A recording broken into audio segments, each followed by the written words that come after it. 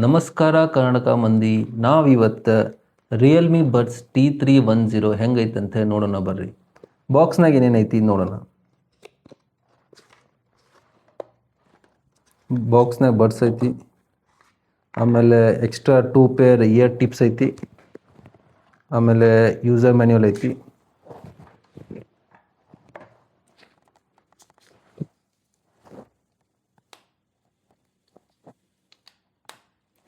So Realme buds T310 build quality ಹೆಂಗೈತೆ ಅಂತಂದ್ರೆ strong ಐತಿ, ಸ್ಟಡಿ ಐತಿ, ಆಮೇಲೆ ಸ್ಲೀಕ್ ಐತಿ, ಪ್ರೀಮಿಯಮ್ ಅನಿಸ್ತೈತಿ, ಕಾಂಪ್ಯಾಕ್ಟ್ ಐತಿ, ಆಮೇಲೆ ಚೀಪ್ ಪ್ಲಾಸ್ಟಿಕ್ ಅಂತೇನು ಅನ್ಸಂಗಿಲ್ಲ, ಒಳಗೆ ಮ್ಯಾಗ್ನೆಟಿಕ್ ಹೋಲ್ಡ್ ಕೊಟ್ಟಾರ.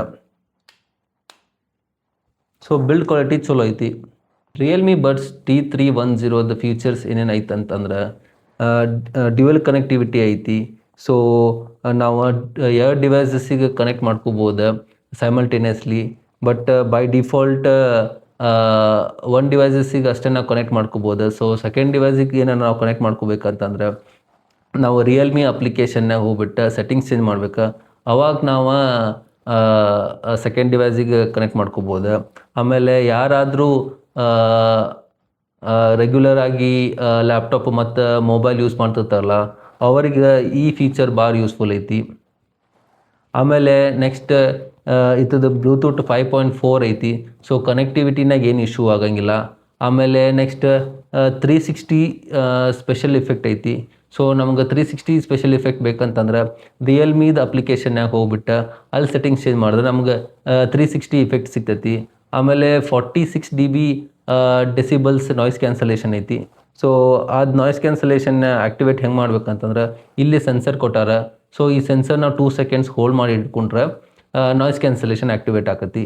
ಸೊ ಡಿಆಕ್ಟಿವೇಟ್ ಮಾಡ್ಕೋಬೇಕಂತಂದ್ರೆ ಈ ಸೆನ್ಸರ್ನೇ ಮತ್ತು 2 seconds ನಾವು ಹೋಲ್ಡ್ ಮಾಡಿದ್ರೆ ಇದು ಈ ನಾಯ್ಸ್ ಕ್ಯಾನ್ಸಲೇಷನ್ ಡಿಆಕ್ಟಿವೇಟ್ ಆಕತಿ.